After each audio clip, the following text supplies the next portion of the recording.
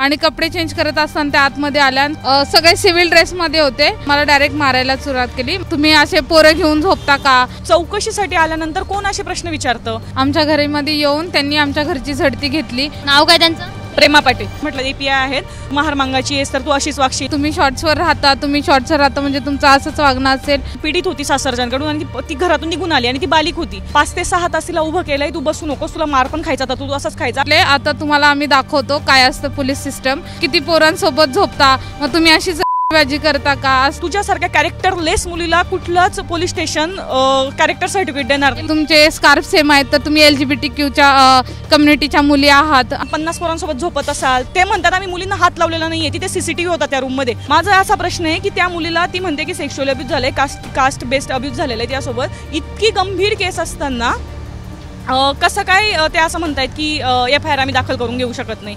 पुण्यातील कोथरूड पोलिसांनी काही मुलींना मारहाण केलं, त्यांच्या रूममध्ये शिरले आणि हा सगळा तपासाचा भाग आहे असं त्या पोलिसांचं सध्या म्हणणं आहे. मात्र आम्हाला मारहाण केली, आम्हाला जातीवाचक शिवीगाळ केली आणि सोबतच आमच्या घरात देखील अस्ताव्यस्त सगळापणा केला.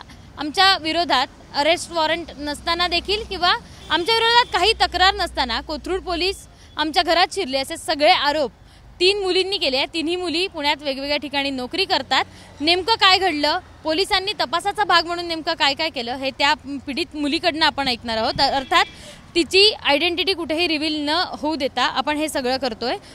काय काय घडलं होतं, पोलीस कशासाठी आले होते आणि ह्या 3 दिवसात म्हणजे त्या दिवसापासून तर आतापर्यंत काय काय नेमकं घडलं.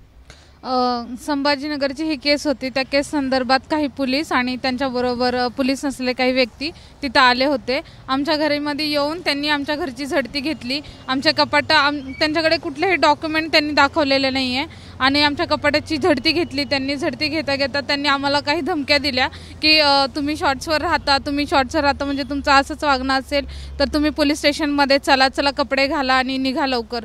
मग आम्ही त्यांना प्रश्न विचारले की नक्की तुम्ही कशा संदर्भात आलात, काय तुमच्याकडे डॉक्युमेंट दाखवा, आयडेंटिटी सांगा. तर त्यांनी आम्हाला धमकवलं, ते सगळं तुम्हाला आम्ही पोलीस स्टेशनमध्ये सांगू, दाखवतो तुम्हाला तिकडे, चला सोबत असं म्हणून त्यांनी आम्हाला सांगितलं.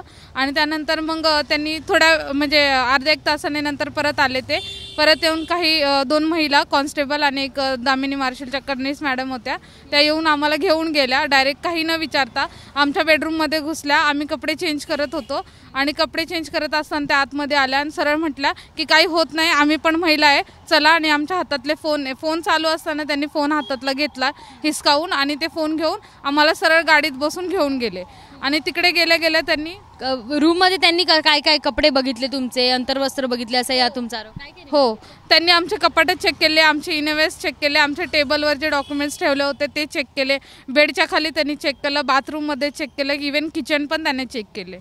हो. नंतर पोलीस स्टेशनमध्ये घेऊन गेल्यावर त्यांनी काय काय चौकशी केली? अर्थात ही केस संदर्भात चौकशी करणं गरजेचं. हो, आणि पोलीस स्टेशनमध्ये गेल्यास त्यांनी काही न विचारता त्यांनी म्हटले आता तुम्हाला आम्ही दाखवतो काय असतं पोलीस सिस्टम. आणि ह्या सगळ्या गोष्टी घेऊन त्यांनी आम्हाला डायरेक्ट मारायला सुरुवात केली. म्हणजे माझी मैत्रीण, तिला डायरेक्ट त्यांनी मारायला सुरुवात केली काही न सांगता. आणि तिला मारत असताना मी तिला वाचवायला गेले तर मला देखील त्यांनी मारलंय.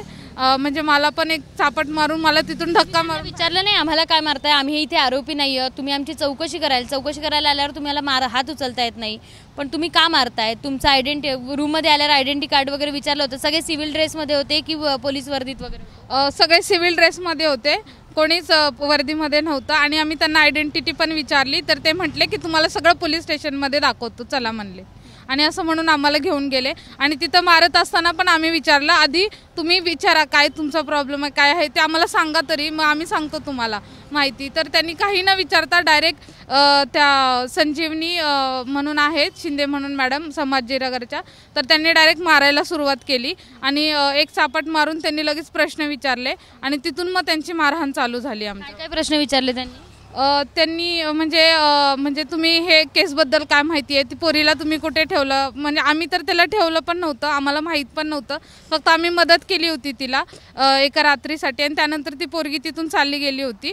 पण स्टील त्यांनी आम्हाला त्या प्रश्नावर फोर्स करून आम्हाला खूप म्हणजे मारहाण केली आहे.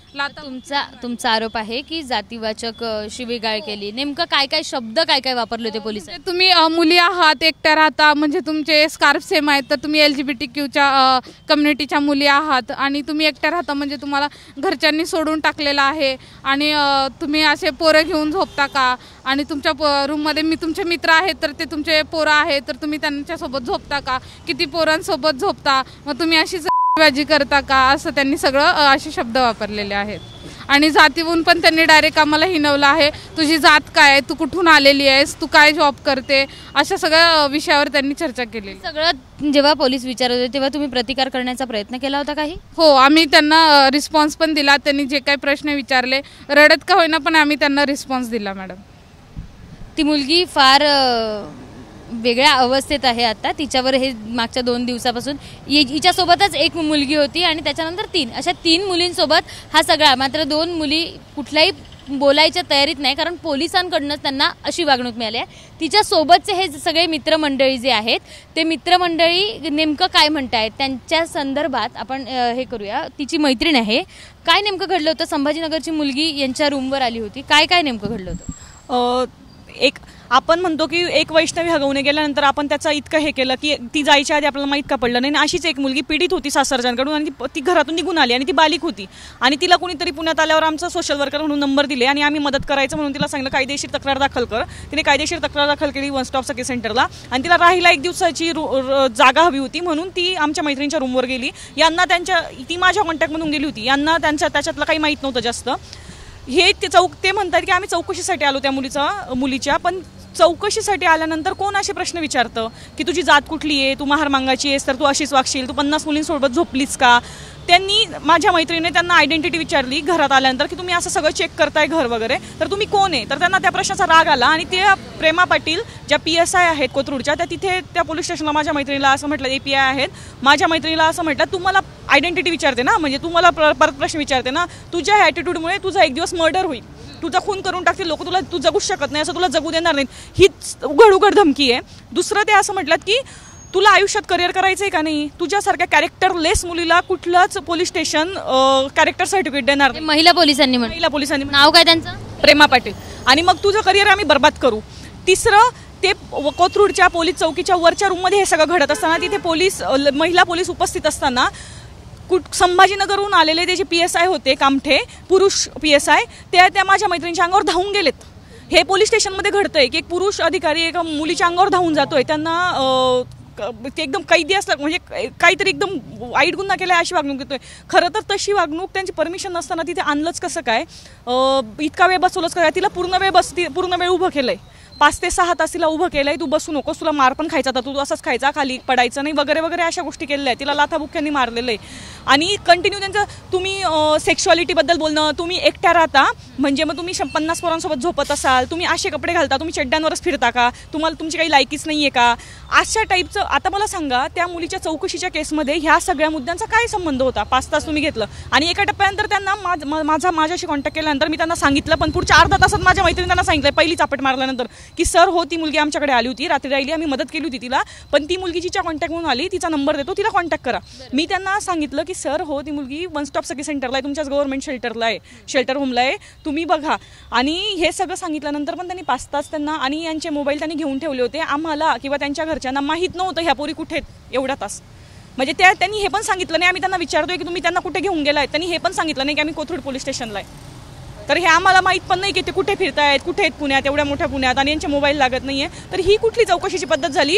हे जातीवरून, तुमच्या जेंडरवरून हिणवणं झालं, हे ब्रुटली अब्यूज करणं झालं. आणि हे कोथरूड भागातल्या मेन पोलीस चौकीमध्ये त्यांच्या रूमच्या वर घडतंय. त्यांच्याकडे ते म्हणतात की असं केलेलं नाही, त्यांच्या CCTV फुटेज चेक करा. ते म्हणतात आम्ही मुलींना हात लावलेला नाहीये, तिथे CCTV होता त्या रूममध्ये, काय लाथाबुक्क्यांनी बुकललंय त्या CCTV दिसेल. तो CCTVची मागणी पण आम्ही केली आहे. आणि माझी मागणी अशी की आज सगळ्यांसाठी त्या जे पोलीस ऑफिसर होते, त्या संजीवनी शिंदे तिथल्या कॉन्स्टेबल, PSI कामठे, अमोल कामठे संभाजीनगरचे, इथल्या PSI ज्या आहेत त्यांच्यासोबत आले सगळे सहकारी, इथल्या ज्या PSI आहेत प्रेमा पाटील, ह्या सगळ्यांनी माफी मागावी ऑन कॅमेरा आणि ह्या सगळ्यांवर कारवाई व्हावी. आम्ही गुन्हा दाखल करणार आहोत आणि ह्या सगळ्यांवर कारवाई व्हावी. तुम्ही आता हे सगळेजण 2 दिवसांपासून पोलिसांकडे दाद मागतायत, तक्रार दाखल केली आहे, गुन्हा दाखल करायची मागणी करतायत. हे सगळं ऐकलं नाही म्हणून ते थेट पुणे CP ऑफिसला आले आहेत. आज रविवार आहे, CP भेटले नाही आहेत. मात्र पुढचं काय काय सांगितलं आहे, DCPशी तुम्ही बोललायत, PIशी बोललायत, DCP काय म्हणाले, संभाजी कदम PI काय म्हणाले? आम्ही परवा रात्री त्यांना घरी सोडल्यानंतर तिला जरा बरं वाटल्यानंतर 12:30 वाजता कोथरूड पोलीस स्टेशनला गेलो. त्यांना म्हटलं आमची तक्रार नोंदवा, यांच्यासोबत ह्या मुलींसोबत असं वागलं गेलं, आम्हाला तक्रार करायची. ते म्हटलं नाही तक्रार नाही होऊ शकत वगैरे. त्यांनी 1 तास आमचा वेळ खाल्ला. मग म्हटलं ठीक आहे, म्हटलं आम्ही इथे असेच जाणार नाहीत, आम्हाला काहीतरी इथे करू, म्हणजे आम्ही इथे आलो एवढं रात्री, याचं काहीतरी प्रूफ पाहिजे. तर मग ते म्हटले ठीक आहे, मग एक तक्रार दाखल करून द्या, पोचपावती देतो. आम्ही रात्री 3:30 वाजेपर्यंत तिथे होतो, तक्रार दाखल केली कोथरूड पोलीस स्टेशनला. आम्हाला सांगितलं होतं या दुसऱ्या दिवशी तुम्ही सिनियर पोलीस ऑफिसरशी बोला आणि तुमचं हे तक्रार ही पुढे FIR दाखल होऊन जाईल. आम्ही काल तिथे गेलो, तिला मारलेलं होतं, तिचं मेडिकल करायचं होतं. सिनियर पोलीस ऑफिसर जे आहेत तिथले देशमाने, त्यांना म्हटलं सर हिचं मेडिकल करायचं आहे, तर आम्हाला यादी द्या, मेडिकलची यादी जे भेटते ती द्या. तर त्यांनी आम्हाला 3 तास बसवून ठेवलंय मॅडम. आम्हाला त्यांनी यादी दिली नाही आणि आम्हाला ते समजवत राहिले की कसं FIR दाखल होऊ शकत नाही आणि कसं आम्ही चौकशी करू, मला 10 दिवस द्या, मला 8 दिवस द्या, म्हटले मला 5 दिवस द्या, मला 6 दिवस, पुढच्या शनिवारपर्यंत तुम्हाला कळवतो वगैरे वगैरे. मग आम्ही DSP सरांना पण फोन केला आहे भगत. ते असं म्हटले की त्यात तथ्य असलं तर बघू, FIR अशी दाखल होत नाही. माझा असा प्रश्न आहे की त्या मुलीला ती म्हणते की सेक्शुअल अब्यूज झाले, कास्ट बेस्ड अब्यूज झालेलं आहे. त्यासोबत इतकी गंभीर केस असताना कसं काय ते असं म्हणतायत की FIR आम्ही दाखल करून घेऊ शकत नाही. खरं तर आणि चौकशी करू, काय चौकशी करायची, म्हणजे यांच्या कुणाच्या हातीने मुलींच्या बोलणाऱ्यांचा विश्वास नाही. आय विटनेस असताना ह्या मुली एकमेकाला बघत होत्या ना तिथे, तर त्यांनी विश्वास ठेवला नाहीये. इथल्या CPना आम्ही फोन केला, कमिशनरांना, तर ते पण असं म्हटलं की बघ देखते हे करते हे बोलेंगे. आता मॅडम 2 दिवसापासून ह्या पोरी ज्यांच्यासोबत जातीच्या मुद्द्यावरून आणि अशी हरॅसमेंट झाली आहे, इतका गंभीर मुद्दा आहे की ॲट्रॉसिटीचा मुद्दा असताना 2 दिवसापासून ह्या पोरी झोपलेल्या नाही आहेत. कंटिन्यू आम्ही पोलीस स्टेशनला काल 5-6 तास पोलीस स्टेशनला, त्यांनी मेडिकलसाठी ते आमच्यासोबत आले नाही म्हणून आम्ही स्वतः गेलो मेडिकल करायला, तिथे 4-5 तास ससूनला. तर हे सगळं असं असताना म्हणजे आम्हाला कुठूनच सपोर्ट मिळत नाही आहे. तर आम्ही असं ठरवलं आहे की आता आम्ही ते थांबू CP ऑफिसला, CPना यायचं, त्यांनी कमिशनरांनी यायचं, आम्हाला आजच FIR दाखल करून घ्यायचं आहे. FIR दाखल करणं हा आमचा बेसिक राईट आहे ना, कॉन्स्टिट्युशनल राईट, तेवढं तर आम्ही करू शकतो. ह्या सगळ्या मुली आहेत, तू एक मित्र म्हणून या सगळ्यांच्या सोबत आहे, काय वाटतं हे सगळ्या प्रोसेसकडे बघून? पोलीस यांना त्रास देत आहेत, तक्रार दाखल करून घेत नाही.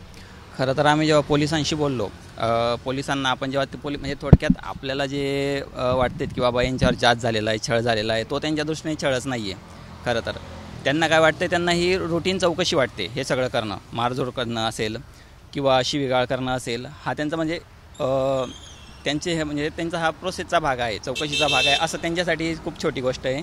दुसऱ्या 2 गोष्टी मला असं वाटतात की आपल्या ज्यांच्यावर हा छळ झालेला आहे, या मुली दलित आहेत आणि इथेच थोडक्यात हा विषय थोडासा खाली जातो की बाबा दलित मुली आहेत, बॅचलर राहत आहेत, काय करून घेणार आहेत म्हणून. आणि शिवाय तक्रार जी आहे ती सिस्टम विरुद्ध आहे, सिस्टममधल्या लोकांविरुद्ध आहे. त्याच्यामुळे हे सगळं इकडे तिकडे आम्हाला फिरवलं जातं. आणि खरं तर आपण म्हणतो लाडकी बहीण वगैरे आपण म्हटलं जातं, सरकार पण म्हणतं आपलं लाडकी बहीण योजना वगैरे काय असेल ते, आणि इथे म्हणजे ह्या लाडक्या बहीण नाही आहेत का मग? किंवा आपण पोलिसांची जबाबदारी असते सुरक्षेची, पोलिसांना आपण आपले रक्षक म्हणतो, मग आपले रक्षकच जर आपले भक्षक बनत गेले तर आपण कुणाकडे दाद मागायला जायचं? आणि म्हणजे कसं काय, आता यांच्या रूमवरती जेव्हा पोलीस आले चौकशीसाठी, तर ते रूम मालक पण घाबरलेले आहेत किंवा हे काहीतरी बोललेले असतील. त्यांना या सगळ्या मुलींना रूम सोडायला लावलं असं काहीतरी? हो, रूम सोडायला लावली. आणि एक मुद्दा तिथे असा झालेला होता की API प्रेमा पाटील मॅडम ज्या आहेत, त्यांच्या ओळखीतली एक अनोळखी व्यक्ती, एक बाई तिथं आलेली होती यांच्या चौकशी दरम्यान वेगळ्या कामासाठी, ती पण ह्या चौकशीमध्ये इन्व्हॉल्व झाली. आणि हे सगळं की ती त्या मॅडमांना म्हणत होती की यांचे रूम मालक आणि यांचे ब्रोकर जे आहेत त्यांचा नंबर मला मिळवून द्या, मी यांची कुंडली काढते, हे काय करतात, कुठं राहतात. आता तिसऱ्या ठिकाणी अननोन व्यक्तीने हे सगळं, आणि यांनाही प्रश्न त्या व्यक्तीने विचारले, तर हे सगळं पोलीस स्टेशनमध्ये करते पोलिसांसमोर, तर हे असं का घडायला पाहिजे? आणि शिवाय यांच्याकडे कुठलेही परमिशन नसताना यांच्या रूममध्ये जाणं असेल किंवा यांना उचलून आणणं असेल, इथपासून सगळंच हे इलिगली झालेलं आहे. आणि आपण जेव्हा जातो तक्रार दाखल करायला, तर ते आपल्याला प्रोसेस नाही या सांगतात, आणि आपण प्रोसेसनेच जातो आहे, पण तिथे ते आपल्याला सांगतात की FIR होऊ शकत नाही, तुमची तक्रार आम्ही घेतलेली आहे, आम्ही चौकशी करू आणि मग ठरवू. तुम्ही चौकशी करून का ठरवता? तुम्ही आधी FIR दाखल करा ना, त्याच्यानंतर चौकशी करा. म्हणजे सगळी प्रोसेस उलट सांगितली जाते. तर यांना सगळ्यांना न्याय मिळावा. पोलिसांना जे आहे, जे संबंधित पोलीस आहेत त्यांच्यावर कार्यवाही व्हावी, आणि हे जे आहेत यांना ऑन कॅमेरा त्यांनी माफी मागावी, यांची एवढी आमची माफक अपेक्षा आहे. ज्या मुली पोलिसांवर विश्वास ठेवून त्यांच्याकडे न्याय मागायला जातात, त्याच मुलींच्या बाबत पोलीसच जातीवाचक असू देत किंवा अर्थातच म्हणजे तुम्ही LGBTQ आहात का, तुम्ही मुलांसोबत झोपता का, हे जर प्रश्न मुलींना तपासाचा भाग म्हणून विचारला जातो तर हा पुणे पोलीस नेमका कशाचा तपास करतायत? त्या मुलीला शोधायचा तपास करत होते की यांची कुंडली काढायचा तपास करत होते, हेही पाहणं तेवढंच महत्त्वाचं आहे. आणि महत्त्वाचं म्हणजे कुठलाही अरेस्ट वॉरंट नसताना यांची चौकशी करणं किंवा यांना तपासात आणि काहीसे साधेसे प्रश्न विचारणं एवढा तपासाचा भाग असतो. मात्र असं काही इथे झालेलं दिसत नाही यांच्या आरोपावरनं. जर मुलींना अशा भाषेत, अर्वाच्य भाषेत तपास करत असाल तर पुणे पोलीस नेमकं करताय काय, असा प्रश्न पुन्हा एकदा उपस्थित होतोय. कॅमेरामन राजेश बिडकरसह शिवानी पांढरे, एबीपी माझा, पुणे. एबीपी माझा, उघडा डोळे बघा नीट.